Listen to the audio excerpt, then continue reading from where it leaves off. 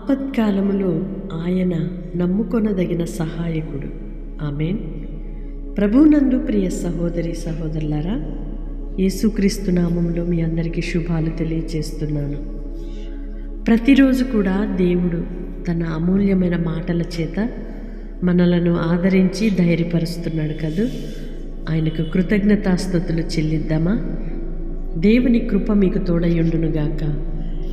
పలుకబడిన రీతిగా ఆపత్కాలములో ఆయన నమ్ముకొనదగిన సహాయకుడు. అవును, మనము ఆపదలో ఉన్నప్పుడు, ఇబ్బందిలో ఇరుకులో వెళుతున్నప్పుడు, కొన్ని సందర్భాలు ఎటూ తోచని స్థితిలో, భయానకమైన పరిస్థితులు, ఆందోళనకరమైన సందర్భాలు మనలను చుట్టుముట్టినట్లుగా ఉండి, ఎటువంటి అవకాశము కానీ ఎలాంటి మార్గము కానీ కానరాని పరిస్థితులు కనబడుతూ ఉన్నప్పుడు హృదయంలో మూలుగుతూ ఆవేదనతో దేవుని ప్రార్థించటం జరుగుతుంది.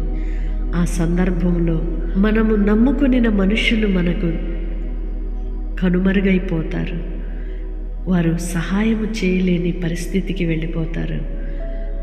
చేయాలి అని అనుకున్నా చేయడానికి అవకాశాలు లేవు అన్నట్లుగా పరిస్థితులు కనబడతా ఉంటాయేమో, కానీ మనము నమ్మిన దేవుడు మనలను ఎన్నడూ చేయి విడిచే దేవుడు కాదు.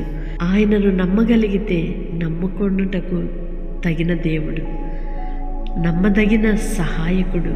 కనుక ప్రియ సహోదరి సహోదరుడా, దేవుని మీద విశ్వాసం ఉంచండి, నమ్మకం ఉంచండి. ఆయన నిన్ను విడువడు, ఎడబాయడు. నీ ఆపదలోనైనా, శ్రమలోనైనా, ఇబ్బంది అయినా, ఇరుకైనా, అది ఏ పరిస్థితి అయినా నీకు సహాయము చేసి నిన్ను విడిపించి నీ పాదములను స్థిరపరచి నీ తలను పైకెత్తి ఘనపరచు దేవుడై ఉన్నాడు. కనుక ఇంత మంచి దేవుని మనం కలిగి ఉన్నామే, ఎంతైనా ఆయన కృతజ్ఞులమై ఉందుముగాక. ఆమె. పరిశుద్ధుడు అయిన దేవా, ప్రేమ కలిగిన తండ్రి, మీ స్తోత్రాలు. ఇంత మంచి దేవుని కలిగి ఉండే భాగ్యం మాకు దొరికిందయ్యా. మీకెంతైనా మేము కృతజ్ఞులమే, రుణస్థులమేనయ్యా. మీరు చూపిన కృపకై మీ స్తోత్రాలు చెల్లిస్తున్నాం. ఈ దిన దీవెనల చేత మీరు నింపి నడిపించండి. ఆపత్కాలములో నమ్ముకొనదగిన సహాయకునిగా మీరు మాకున్నారయ్యా. నీ పిల్లలు ఏ విషయములోనైనా ఆధారపడుతున్నారో, ఆశ్రయిస్తున్నారో, మీపై ఆనుకొని ఉన్నారో, చేయి విడవక నడిపించండి నాన్న.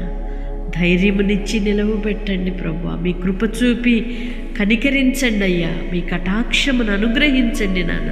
మీ సహాయమునిచ్చి బిడ్డలను మీ సాక్షులుగా నిలవబెట్టుమని ప్రార్థనలు ఏకీభవిస్తున్న ప్రతి ఒక్కరిని దీవించి మీ ఘననామానికి మహిమకరముగా నిలుపుమని యేసు నామములో ప్రార్థిస్తున్నాను తండ్రి.